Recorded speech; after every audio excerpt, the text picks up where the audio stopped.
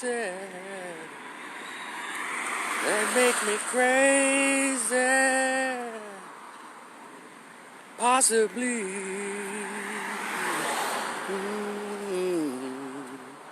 Ever since I was little, it looked like fun. Something simple about that day. Ooh, I'll die when I'm done, but I'm not done. Does that make me crazy? That make me crazy.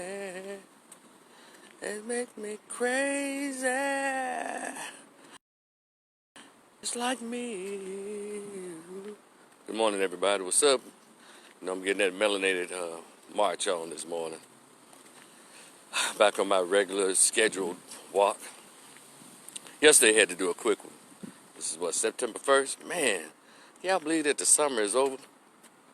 We've been pandemicing since all the way through the summer. I guess we got to do it until we get it right. Hope everybody slept well. Come on in. And got to keep doing it until a cure comes or some kind of treatment vaccine or whatever they're cooking up. Until they open the place back up. I mean, even when they open it back up, I'm still going to have that pandemic on my mind. I'm still going to have my ass in the house for some reason. And good morning, Miss Harris. How are you? Eric Cage, good morning. I'm doing my melanated stroll here before I get my actual hard walk on. And and so September 1st, 2020 is upon us. Let's get it. I can feel the breezes are coming more often. And probably by the end of October here in the Dallas-Fort Worth area, you get that, you get like a week and a half of hard rain to usher in the, I guess to usher in the cool weather. So we're going to be wearing our cool coats and our cool jackets as we pandemic. So there's probably no need to bring it out unless you're getting out and going to jobs, and please wear your masks on your jobs. And a lot of us will be heading back as the fall descends upon us. So some people went back in the summer. I'm still not trusting this shit, to be out and about like that. So I'm gonna just chill, do my crunches and push-ups, and keep my stroll on until it gets too cool out here. So that'll be like, I guess January, I guess it would be considered too cool to get your walk on. Mr. Donaldson, good morning. Welcome to my morning live chat with Rico. And they're up here in my spot. I guess they're doing a little work over here. I think they're about to sell this lot. I see a big sign just appeared over there. That's probably why they're trying to spruce it up and get it all nice for the next buyer. You're gonna miss it. I know they're gonna take this and probably put some apartments or somewhere over here. That'll be the end of my little private walking area in the daytime. Well, in the evening time, I also did a little exercising out here. Put my water down. Y'all know how I do. Yeah. Trying to get it in. And as I walk, you'll hear some people doing some weed eating and all of that stuff.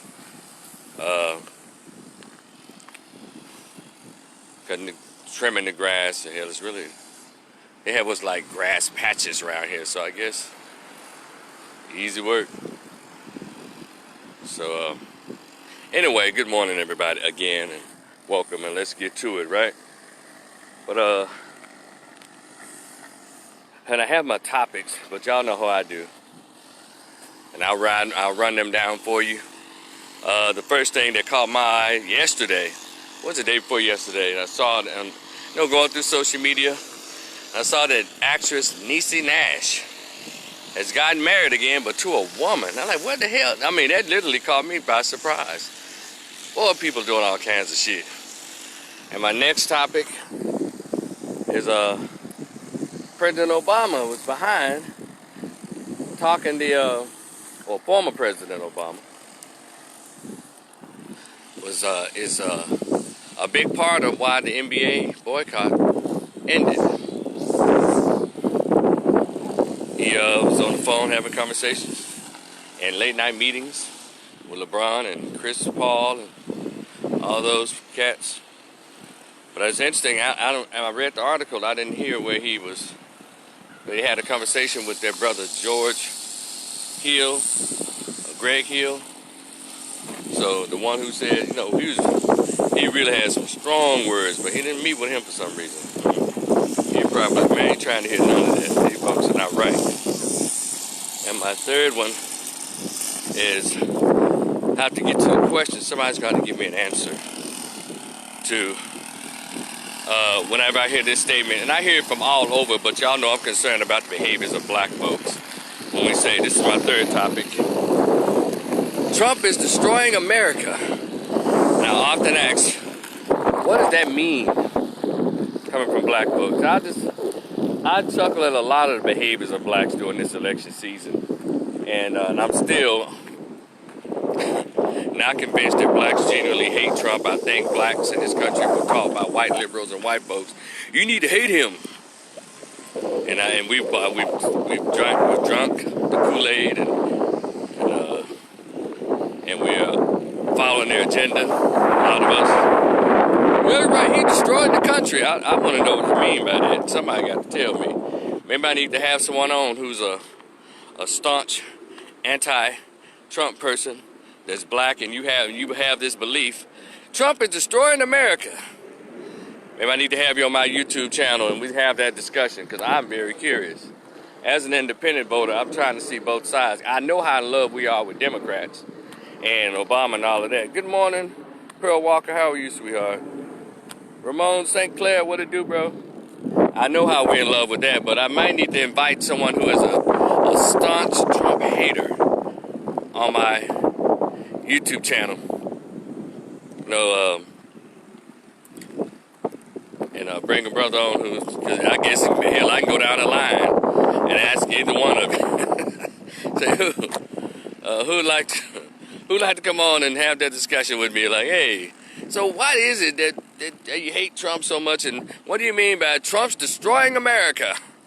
I know in my 51 years of noticing shit, well, I guess at 18 I became more aware of stuff, I guess politically and all of that. I'm trying to see, you know, and I work out here, I try to get my hustle on, for some reason I don't have that sentiment, because I'm like, damn, he's not the first white man that's ever been president, so. And first white man who allegedly don't like blacks, so what makes him so different? So, I just find it amazing. So let me go to my first one. Niecy Nash. But can we go back, y'all? Now this is Niecy Nash, who was married to the father of her children, I guess, probably a long time, maybe up to 20 years or something, or 15, whatever. Then she got married again to another man, baby, yeah. This recent guy, I don't know if this is a second or third marriage, but this guy, and that reason, I guess, they broke up because he was suggesting to her not to be so explicit in those scenes in that little trash-ass show called Claws. As far as the sex scenes. And she was like, look, this is what I do. We in Hollywood. This is my job. If you don't like it, you ain't got to be so insecure. You know, they like to accuse men who try to suggest decency to women today. You know, the empowered feminists suggest decency and decorum. You just insecure. You insecure in my profession. You know, you can't be around a strong woman. Yes, I want to be a whore, and you too insecure to let me be a whore. And so, they allegedly, as you say, as she said, they just grew apart.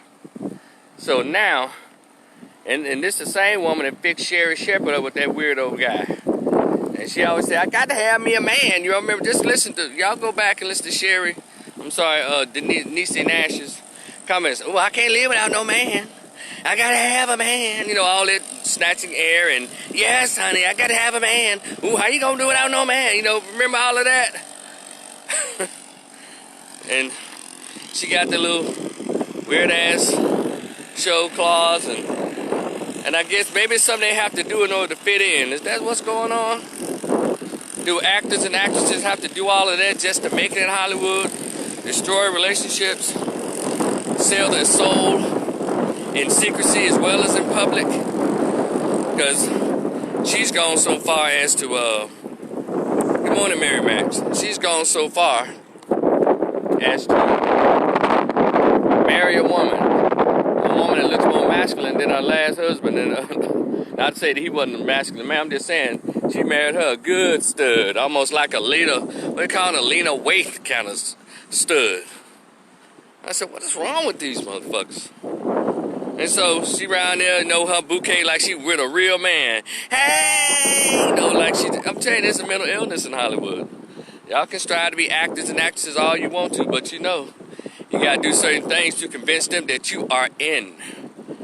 Yeah, you might get your little bit parts here and there and commercials and all that, even with commercials. You know, from what I'm reading off of YouTube and reading stories of people coming out telling them how it really goes down in Hollywood and Hollyweird. And these folks are really pushing it.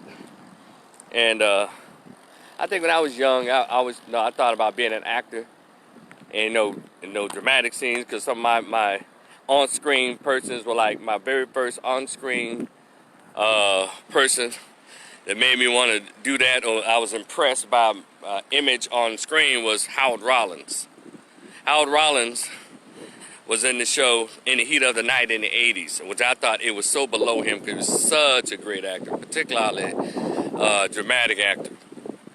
Howard Rollins was in the movie that I saw in 1980 when I was a kid called Ragtime.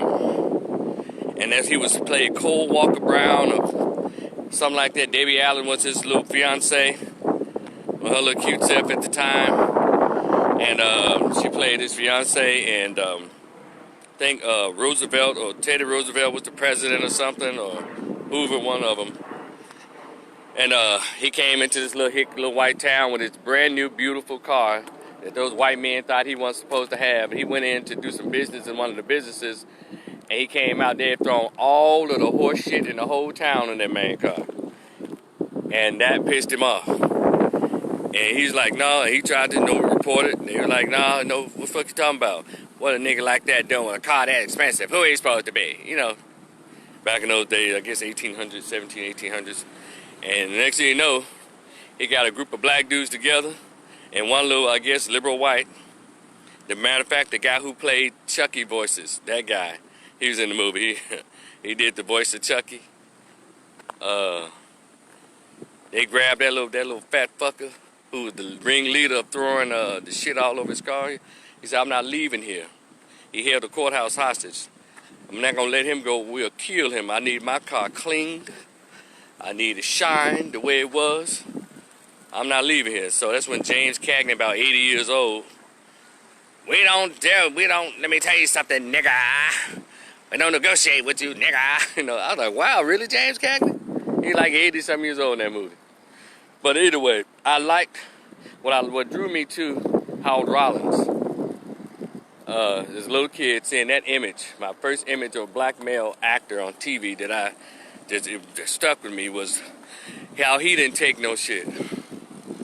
He was dignified. He meant what he meant, said what he meant. He said, I'd rather die.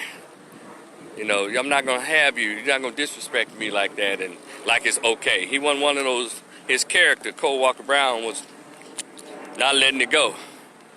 And when he realized, and so at the end, he made sure that everybody who helped him, he made sure in the deal that they let all of them go. They were able to sneak out of town with their masks on. They didn't know who they were.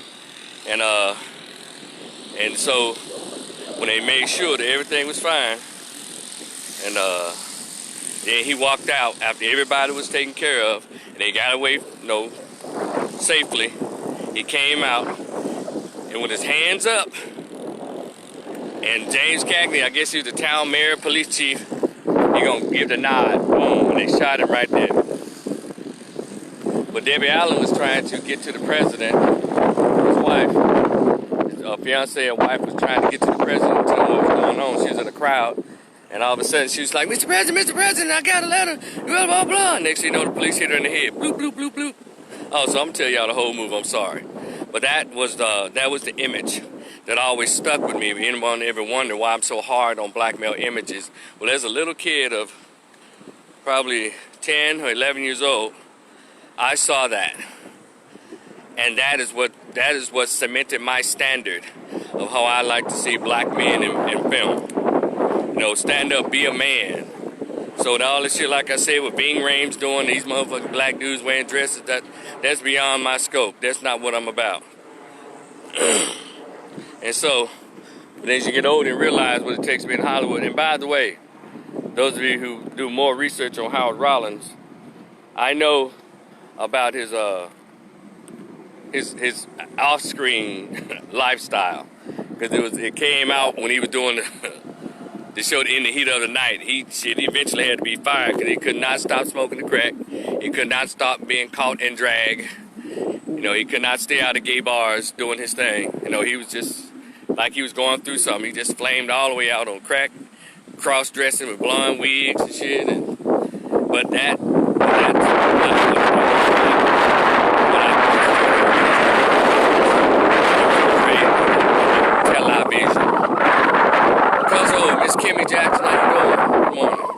so that's the image. That's the image I stuck with, his role, his image on television. And I say that because that is the lasting impression that we all have when we see people on TV. Images are very powerful. That's why you have the Super Bowl. And they put a girl in a bikini and a can of beer. I don't know how this shit go together, but somehow they make the man want to buy that damn Corvette. This $50,000 Corvette. Because I guess they're saying if you get the Corvette, you get the baby. Y'all can drive off drinking this Miller Lite or Bud Light or Budweiser. Images. And so, let's look at the images of Niecy Nash. Remember that Rescue 911, that little comedy spoof of police when she was kind of fat? You know, she was pushing out living the stereotypes and that little Reno 911 or some shit. And then you see pictures of her in Hollywood Affairs where she got on like it's stocking, but look like she got on a thong or something, and white men are putting their hands on her ass because she was like she was bigger. I guess she had a big butt and white men were touching on her ass and she around there like a jackass grinning, gee. See, like we haven't forgotten about that. So Niecy Nash been doing Niecy for quite a while, but somehow we've given her a pass. I refer to her as like the Terry Crews of Hollywood. Because he does a lot of weird ass shit and runs around a lot of Caucasians. And so, again, when they had discussions, male-female relationships, she's the first one, I can't live without no man. Oh, I gotta have me a man. You know, all that shit. And here she is now. This broad and married a broad. Y'all don't see the shit that's happening? Are you serious? This the shit that's going on. I don't know if it's Hollywood or maybe it's her own character.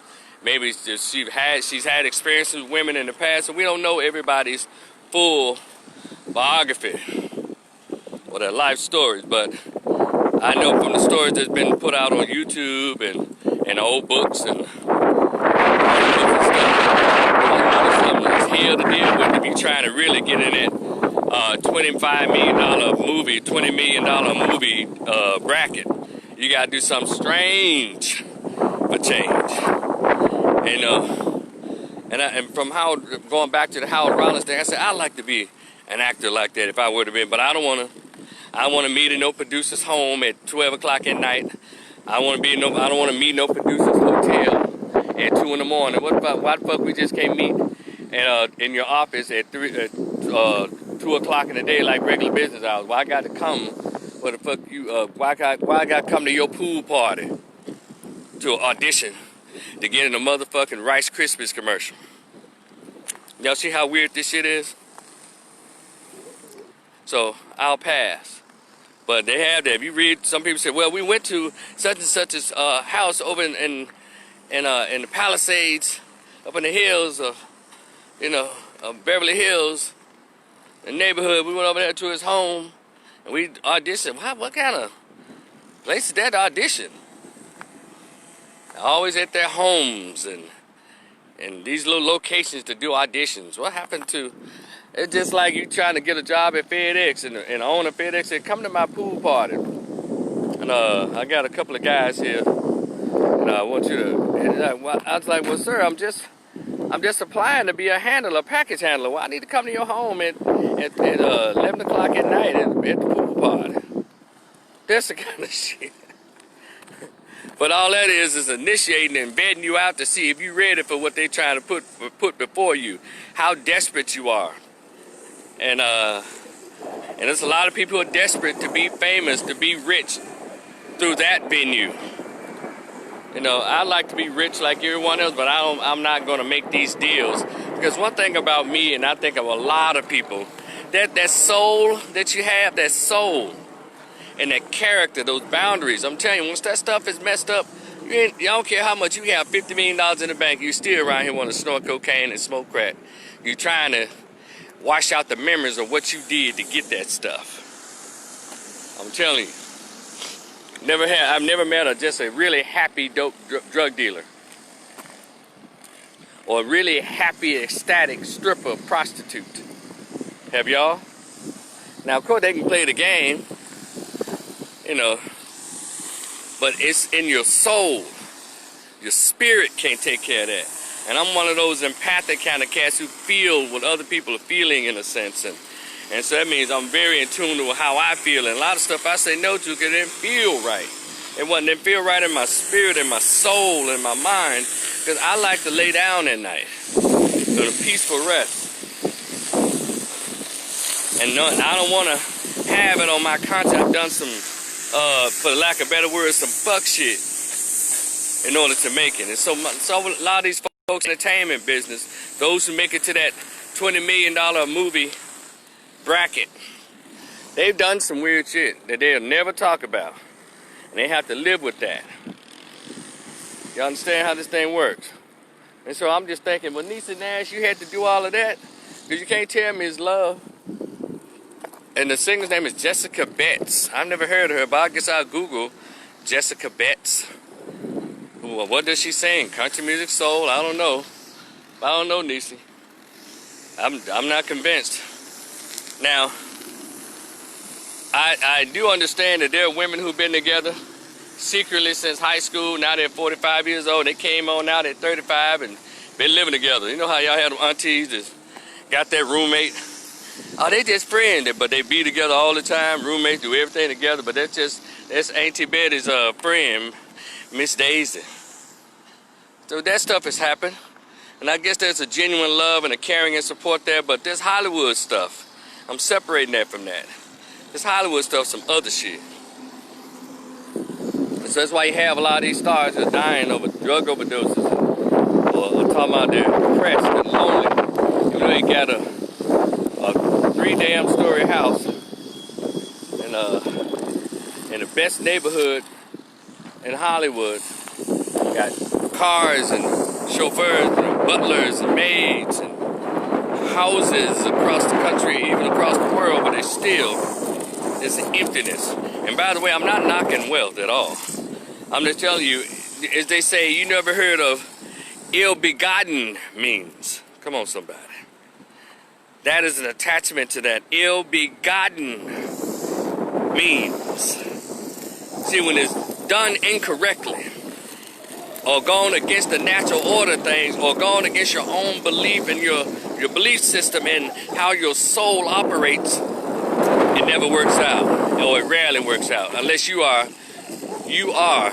completely converted over to a soulless, satanic son of a bitch. But if you ain't got any kind of decency from upbringing, mother, father, grandmother, grandfather, what have you, or an awesome mentor or a female mentoress in your life, your conscience kicks in. So if you get it through ill-begotten means, somebody, it always eats at you. So Niecy Nash, whatever you're doing, sweetheart, you know, enjoy. Because one thing about it, I'm not going to say, well, you know, Money don't bring you happiness. Money is no shit. Yes, it does. I'm telling you, you ain't seen nobody jump like they won a Toyota until I win my damn lottery. 150 million. I'm gonna show you some happiness. I'm gonna show you a wild ass weekend first. So only somebody says that is poor people who are just full of shit. No, money is not everything. All right. Try having no money under capitalism. We live on the system of capitalism.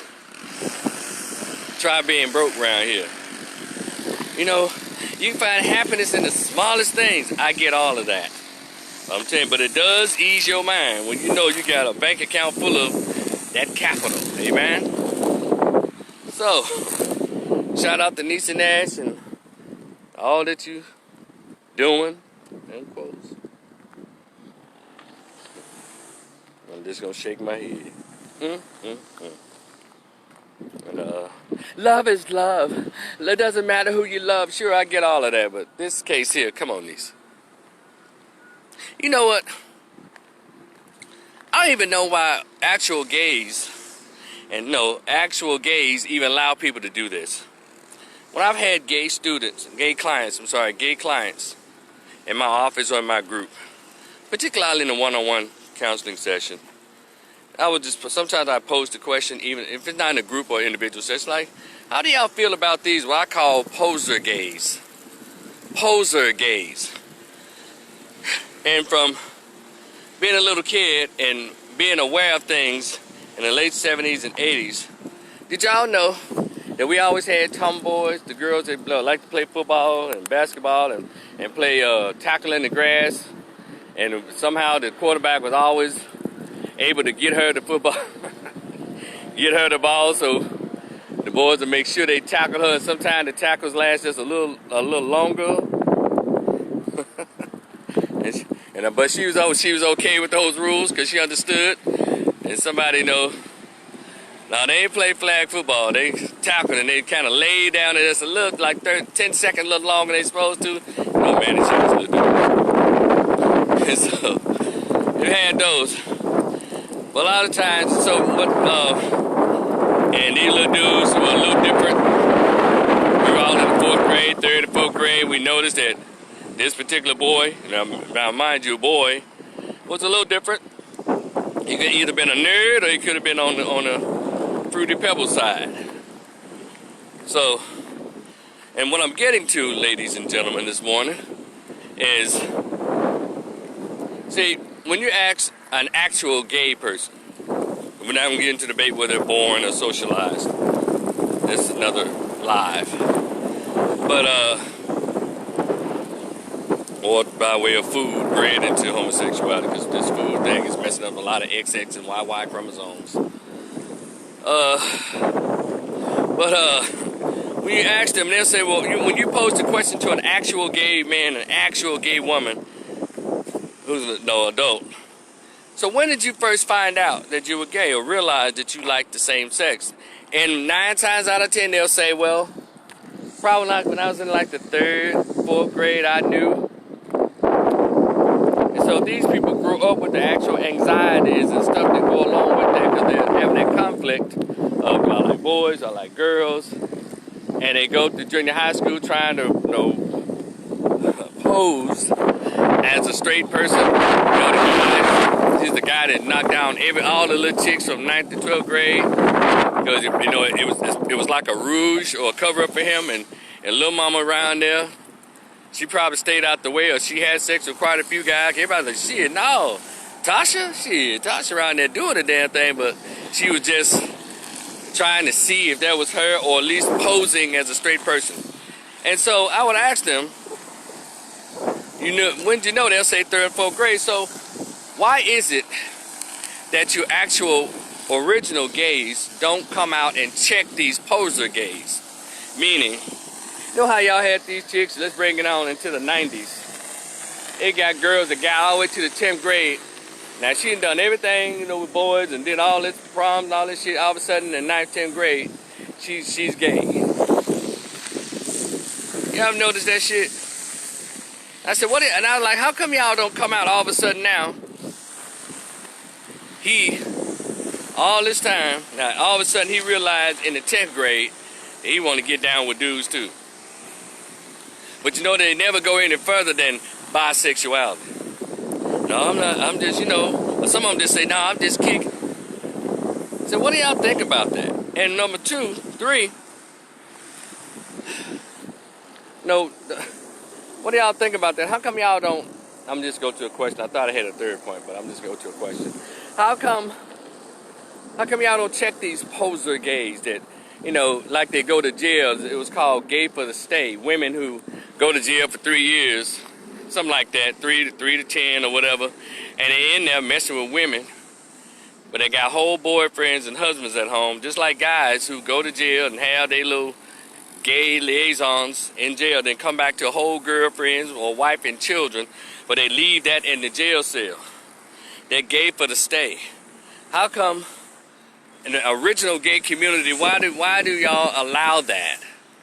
These poser gays. Because what, and I'm asking this because these poser gays manipulate everybody. They have wives, they have girlfriends, and guess what? These little stud chicks, and I want y'all to pass this to the stud girls. And the little feminine men who like hard or straight men or whatever they're going to call it. See, users are users. And see, a lot of these little stud chicks that look like Dr. Dre and Lil Wayne. But they got some pretty ass girlfriends that look like Janet Jackson doing a Velvet Rope tour or Maya doing that. Like whoa, that Maya. When she's on that Lady Mama Line song, yeah, that cute little chicks. And she around here looking like she's the quarterback for somebody's junior high school football team. Mother around here looking like Shirley from What's Happening Now. Just around here. Man, I'm telling you, rough. But she got and around here mean mugging other guys, mean mugging dudes, because you think straight men looking at, man, that's my hoe. That's what little studs be saying, that's my hoe. Man, you get your eyes off my bitch. Oh, they rougher than the chick than any man could be. But a lot of these women say, hey, go to the studs because the men cheat on them and lie and beat on them. But who beats a woman ass more than a stud chick? Because they're so insecure. But thing is, these stud chicks get the paying for these little cute chicks and buying them stuff and spending all that money on them. The next thing you know, she cheats on her with a man. Not only cheats on the stud with a man, but she has a baby with the man. Or it's a game being ran on these stud chicks and they don't even know it. You know what I'm saying? It's just something about women, they don't give a fuck. Not all but you men, and don't act like y'all know what I'm talking about. They will play men and women too, as they say now, get the bag. Because stud chick paying her just to stay with her and keep her, so therefore it justifies her in her mind to be as brutal and violent in her attachment to this woman because she's paying the cost to be the boss. And so they get cars and money and clothes and jewelry out of the studs who want to be with them because they want to, you know, have the baddest chick just like a man, baby, yeah. And so she not only cheats on her, but she cheats on her with a man and has a baby. Then you got the feminine gay dude. I mean, you know, the really Fruity Loops kind of cat. You know, like Herschel Walker's son. Just gay for nothing. Just unbelievably gay. Just gay. But anyway, you get a cat like that, and then first thing they want to date a cat who's like a, you know, like a little thug dude. Mess around. But he told him that he's gay. No, man, I don't mess with no more dudes. I love you, pumpkin. I love you, honey bunch. Well, you better, bitch. Yes, no, whatever. And so, next thing you know, the so-called hard gay one, he gets caught cheating with a woman and has a baby with her, and all of a sudden the little feminine Fruit Loop dude want to tear up shit and mess up critic and expose him and shit. So my thing is, you original gays, why do y'all allow these poser gays to enter your space? That's something to think about in 2021. Let me give y'all a hint. Let me give y'all some advice to you original gays. Don't date bisexuals. If you're a woman who you don't deal with nothing but women, don't date a woman who's had a husband or a boyfriend bisexual chick. It's stupid. Why would you do that? Because you know it's coming eventually. Because she's got a taste of the ding ding. And that's the natural order of things. And she wants to take care of that. When y'all fall out, you act too insecure, well, she go runs and hops back on the car carousel. Sometimes she forgets the protection. And next thing you know, she's having a baby with her outside baby. So do yourself a favor and go get a chick who's never been with a man, baby, so y'all can keep it in the same sex, on the same sex umbrella. And you guys, you little feminine Fruity Loop guys that like men, why y'all dating dudes that's had girlfriends and wives and shit? I realized after 10 years of my wife that I want to be with a man. No, that's some other shit. And I know people cover up and they mask and stuff for being marriages for 10, 15 years. It's so unfortunate. I know it's very torturing for you. But then you choosing to play that game, I guess, to keep you a good job and keep you good standing. But I guess after you get your 401k build up, you're like, fuck it, I can leave now. I got plenty of money. I don't know. I'm just throwing out ideas here, folks. I don't know. But I'm just saying, to the stud chicks, y'all need to date other stud chicks or girls you know have never been with another man, with a man, only been with girls. And also, most importantly, y'all ask them, so when did you come out of the closet? When did you know, and I'm sorry, not come out, but when did you know you were gay? If they say something after the 4th grade, don't fool with them. I'll give them 7th grade tops. Y'all know better. If they say, well, I started having feelings for girls when I was 17, get out of here. Get out of here. Because the original gays, they start having feelings around the 2nd, 3rd, and 4th grade. So I'm just saying, and I know like Rico giving advice to gays on how to pick the appropriate gay partner. Look, I just want everybody to be happy in their space. And this is the thing that I've noticed. You know, people will manipulate anybody. They manipulate your insecurity regardless of your sexual orientation or gender. They will manipulate, because one thing about snakes, they don't give a fuck where they slither. Because they have no soul. They don't care. And so, if y'all got, know some studs in your life, y'all know some Fruity Loop guys who are extremely gay, but they still trying to like these masculine, hunky guys. Hey, they got a woman somewhere, and that's gonna break your heart when you find out about, as you say, Miss Thing. So y'all original gays. When I say original gays, you knew that you were different in the 3rd and 4th grade, as opposed to somebody. When I got to college, I realized after I fucked my 50th chick during my sophomore year, that you know what, I want to be with you, Charles. No. You on some other shit. See, that's called visiting. Those are visiting gays. Y'all don't allow yourselves to be a tourist place for visiting gays. Y'all want the ones who's already been in your town since 3rd and 4th grade. You hear me? So that's just me trying to spread the wealth, spread the knowledge. You original gays, stop fooling with these folks. That's where all the drama coming from. Yeah, I'm telling y'all.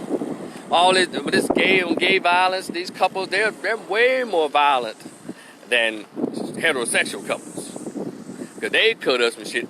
I'm going to tell you something. I've watched a lot of Cops.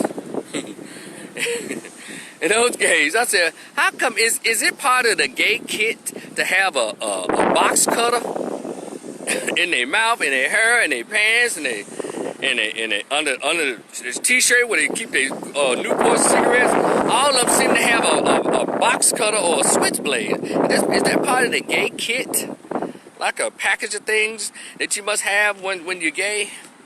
Because I be damn, these people come out there, they be clawed up and scratched up and knotted up and shit. What kind of fighting is that? Damn. So, I'm just saying that y'all got the tips from your boy. Y'all original gays. Stop fooling with these visiting gays that use your life as a tourist spot, and then when the vacation's over, you don't know what the fuck hit you. I thought you were gay. I was while I was in jail. I was for this summer. I was. Like, oh no, now you mad in the motherfucker and want to take out the world. So you original gays, y'all y'all learn to spot each other. Because manipulators go across gender, sexual orientation, they don't give a shit. Users and manipulators don't give a fuck. Alright? Okay. Nisa Nash, shame on you. But anyway, my next one is my topic of President Obama. That's a story. Thank you, Mary Max, for that story. I read it, and he allegedly got on the phone with LeBron James and all those folks, and Chris Paul, who's, I guess he's over the Players Association, and and convinced them, listen y'all, it's in the writing, convinced them, no, don't stop playing, keep playing, so you can negotiate all the things you want as players. Hold on a minute, I want y'all to hear this plantation strategy that Obama put on these unknowing and kind of naive players. Now, and you know, all the rest of us already knew about Obama in 2008, 6, 8, and all that shit. But the rest of y'all treated him like Jim Jones and drank the Kool-Aid and went on to sleep, that eternal sleep. But the rest of us already understood who he was and why he was presented to us as y'all shut up, here you go, you got your mulatto, call him black, and blah, blah, blah. And so, he told them, well, you can negotiate what you want, number one. Number two, he said, what you can do is convince the owners to turn some of their facilities into polling places where people can vote. Y'all hear that Democratic shit? Y'all hear that? How they don't respect black freedom? See, and Mary Max put some stuff on my mind, and I was like, you're right. It was like, and so instead of y'all president, y'all say my president, telling them not only should y'all continue to boycott, but if y'all want me to help y'all, we can start the prompt proceedings into starting your own NBA, your own. Starting your own. He told them, no, stay on the plantation so y'all can work out shorter work hours instead of morning, crack in the morning to late at night, maybe crack in the morning to about 5 o'clock. That's what he told them. You can negotiate what you want. Sure, they'll pay you $5 more when they still make $30, but you're still on that plantation earning them billions. That's what he convinced them to do. Y'all see that shit? That's why the shit was over with the next day. Stay on the plantation because you convince old massa to get the things that you want. Well, what we gonna do? Go back to that civil rights movement era? We're gonna try to, so we begging for our freedom. We begging, we gonna stay here now. But you need to talk more about granting us our freedom when you had already gotten your freedom when you ran from the plantation. So you're gonna go back to the plantation and negotiate your freedom, fool? And also, how about this possible, let me tell y'all capitalism and white supremacy, how that works. And y'all don't believe your boy's a part of it. See, the NBA funds the WNBA. They were just following. Oh, shit. Ah! Whoa, whoa, whoa. He must have said, I wasn't talking about Beyonce.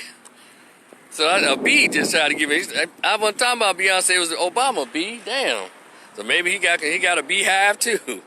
Oh, shit. But anyway, God damn it. Yeah, I walk out of nature, I just don't do nature, you hear me? So anyway, goddamn B tried to sting you, boy. But anyway, yeah, I'm gonna keep talking about it. I don't give a fuck. I guess you're gonna send the locusts out next, right? So, so you already ran out the plantation and got your freedom. Now you gonna come back and try to negotiate your freedom? That's weird. So, the NBA, thanks to the Milwaukee Bucks, shout out to those brothers over there. That's who kicked it off.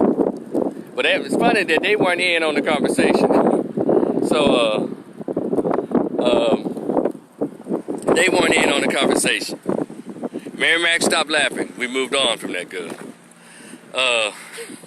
And so, they were in the position to cause a ripple effect. Meaning, if the NBA that funds the always fledgling WNBA. They start wearing their Breonna Taylor's Black Lives Matter, and I think they started. And then after them, baseball, Major League Baseball was probably going to follow suit. And then the NFL was probably going to follow suit, which would have hurt the capitalist owners. But they sent their patsy, their boy Obama, in to quiet the noise of the niggas. And they did it. And here we go.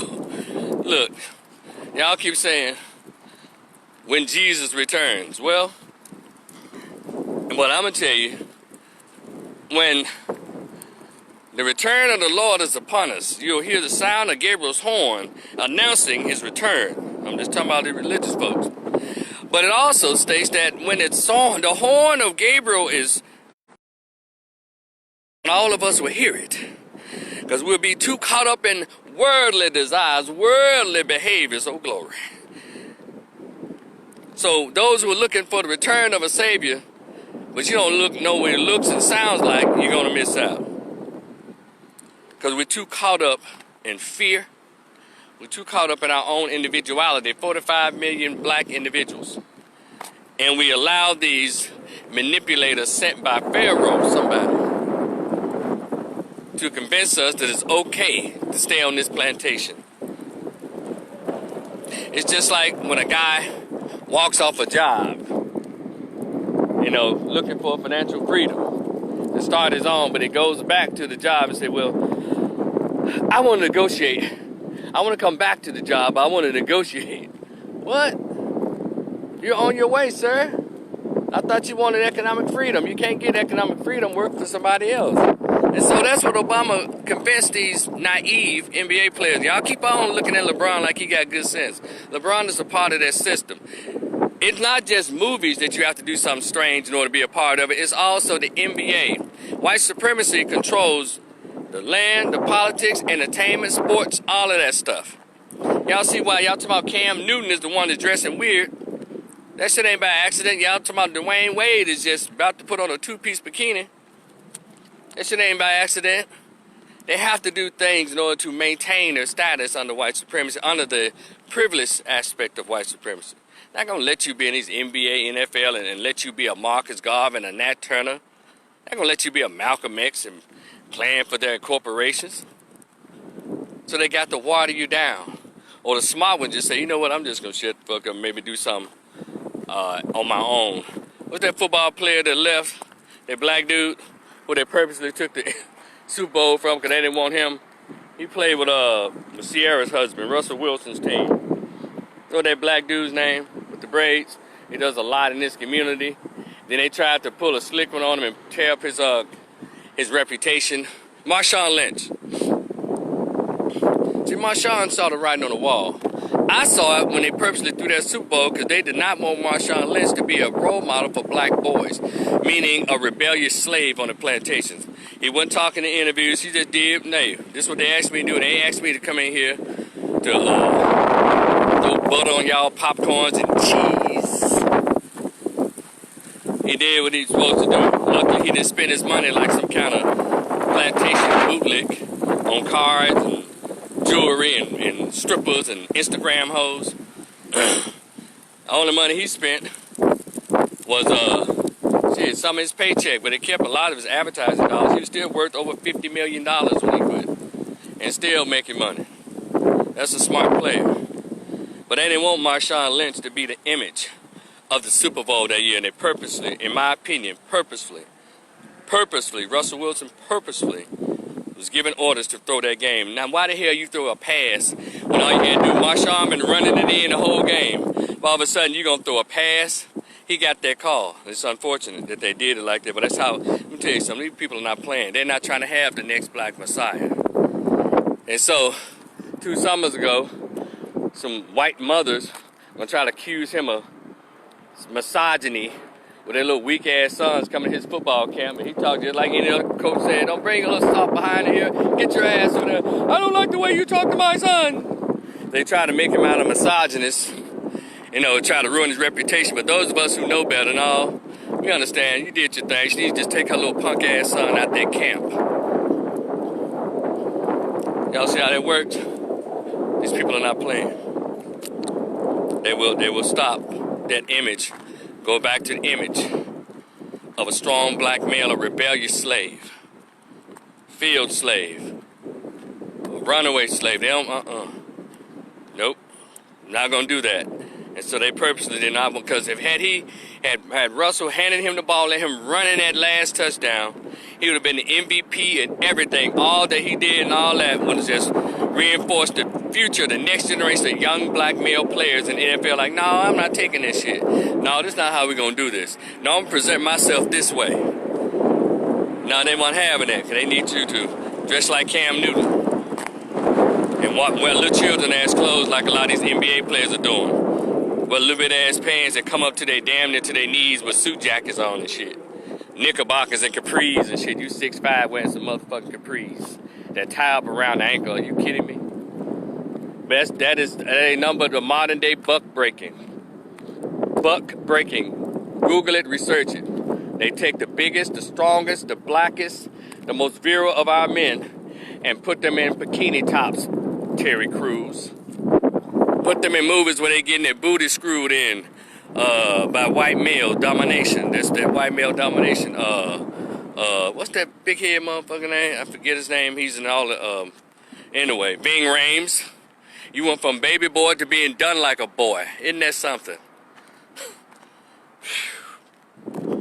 They take the biggest, the strongest, the blackest, and turn them into bitches.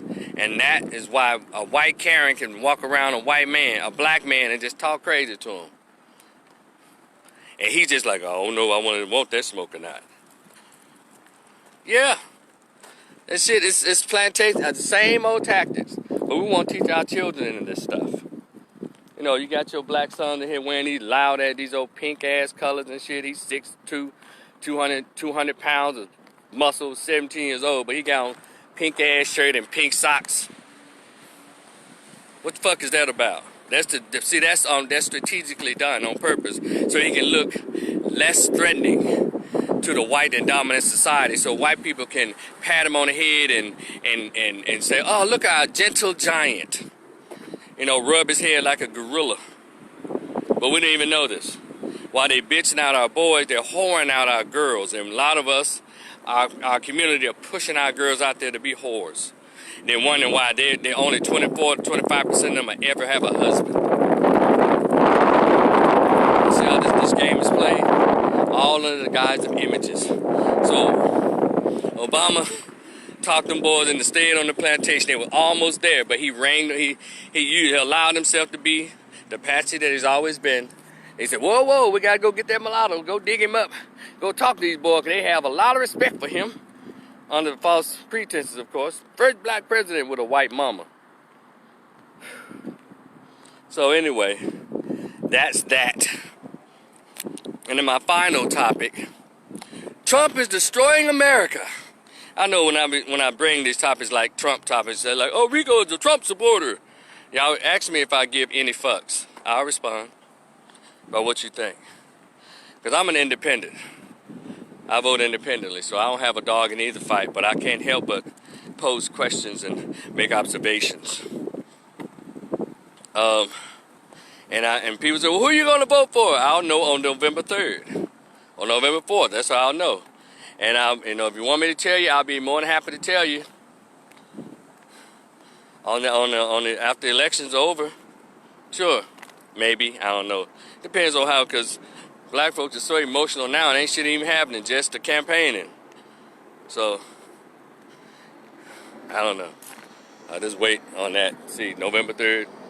I just can't wait for the shit to be over. But anyway, when you ask blacks, why do y'all hate Trump so much? He's destroying America. That's the funniest shit.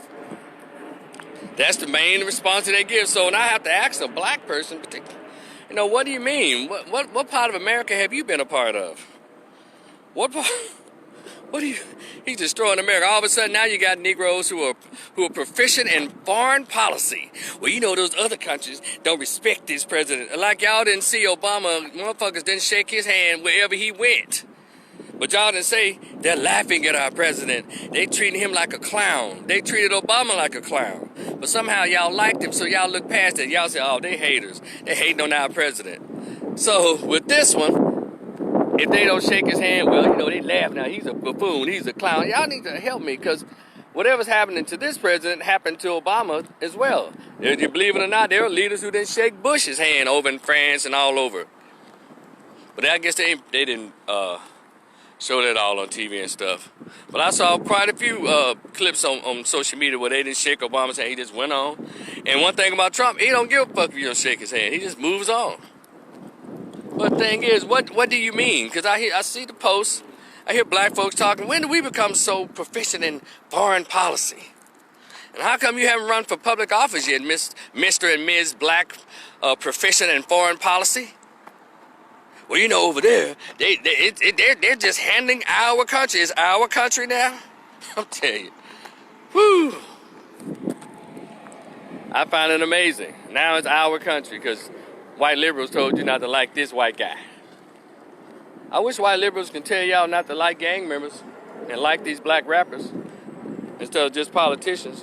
White liberals seem to have, y'all know the white liberals, the white Democrats, the white Jewish ones, and the ones y'all say y'all friends, y'all have y'all little cookouts with and all that. Yeah, those white folks. Oh my God, I think he's terrible. Trump is terrible. But by them being white, they benefit from whoever the president is. And you around here thinking that you got a leg up. Now, and I'm not saying that we shouldn't behave as Americans. I'm just saying, what's with all this? We're Americans. And it's tearing our country apart. That shit, too. When has the country ever been together? Trump didn't do this. The United States Constitution did this. You know, when they wrote the Constitution, black folks were pretty much property of the very ones who wrote the Constitution. You weren't even written in as a whole human being. We're Americans. Americans don't have their voting rights voted on every 25 years. They just have voting rights. Maybe it's something I'm saying that, maybe it's something I'm not saying that the rest of you saying. It's weird. So if I can get a clear answer, he's destroying the country. Please.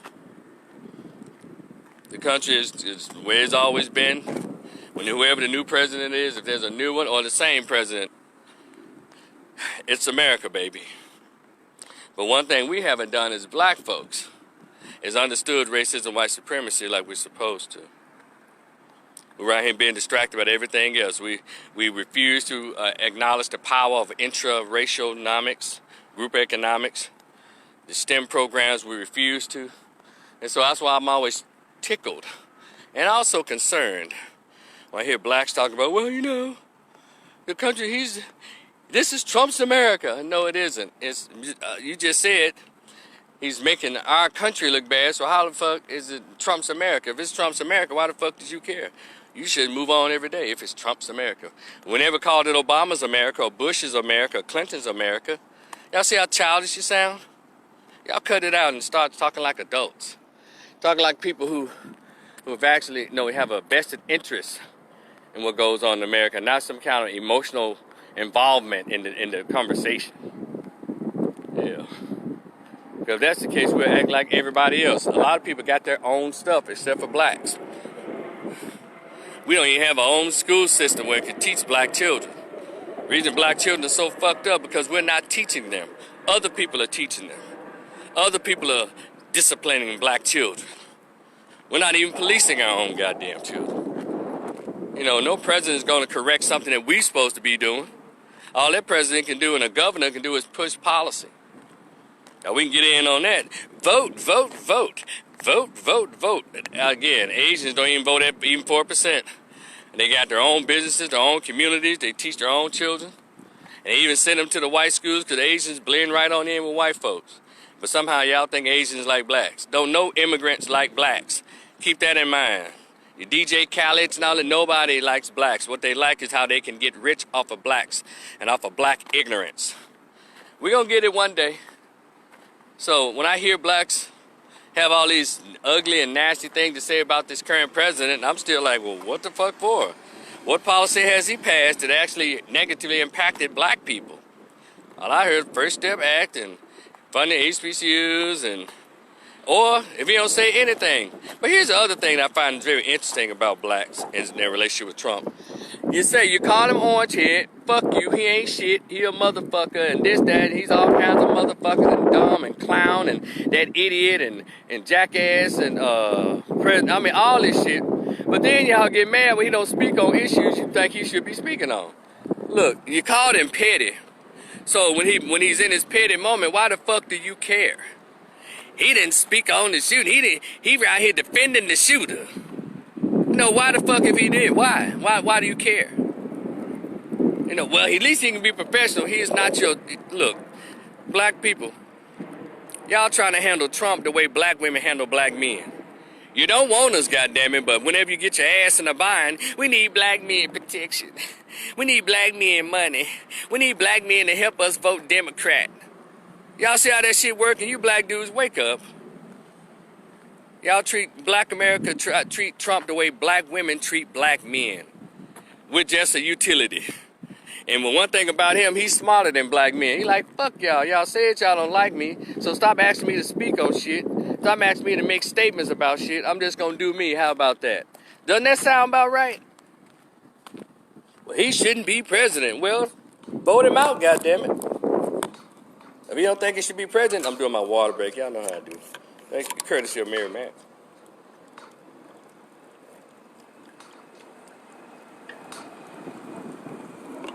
Ooh, good and cold. So that's why I find, so let me know if I'm tripping. I know y'all say, Rico, you standing up for Trump. No, I'm standing up for what sounds logical. And one thing about me, can't nobody scare me into not saying anything or saying certain things. You can't. That's why I got my own mind. I say what the fuck I want to say. If I can talk about this person, I can talk about that person. If I can talk about men, I can talk about women. If I can talk about Democrats, I can talk about Republican. Fuck shit. I can do on both sides. But the going thing in the black community seems to be this weird ass appearing or seemingly biased hatred towards the white dude that ain't never did shit. Except for be white and elite. Just like any other rich white man. They're white and elite. Give a fuck. Our job should be like, how can I do business with this motherfucker? Now, I'm telling you, especially black men, if Biden and Harris win, black men, you might well go ahead on and move on. Because they ain't got shit for us. They already said it's going to be LGBT Equality Rights Act. That Equality Rights Act is for gays. Then they're going to move to immigrants. Then they might throw in some white women. And then black women they just pretty much get a feed off the crumbs or whatever's done for white women. Then they say, yeah, we are women. I told y'all last live, what black women have done is they've removed their race and become gender. That is further divide into the black community. They stop being black women only when they think they're being attacked. You know, black women can't do this, and it's all about black women. And now that y'all see that black women don't even know what black women are. All these racially ambiguous chicks they call them black. So they don't even know what the fuck their race looks like. So, not all, y'all know what I'm talking about, right? So, Biden and Harris, and they say, well, what about it with Trump getting there? Well, we ain't being bothered. Police shootings was going on under Clinton, Bush, Clinton, Obama, and then, Trump backs the police. Well, Obama signed the Blue Alert Act. This thing called the immunity thing where cops can shoot anybody and they won't go to jail and shit like that. Well, Obama signed that Blue Alert. Go look up the Blue Alert Act. Obama did that. So every president is pro-police. I just need y'all to give me something that makes him really specific. But anyway, I know it sounds too much like right. And I'm gonna get stones thrown at me. And ask me again how many fucks I give. And I'll respond. No, not Billy Badass. None of that. I'm just a regular 5'5", 152-pound brother. Sharing his thoughts. Trying to get his walk on. It's beautiful. It's kind of gray, but it's a good day to jog. But anyway, I just want to share those thoughts. thank all of you for joining me. Look, subscribe to Rico the Opinionist. I'm telling you, it goes down. My conversations with Rico.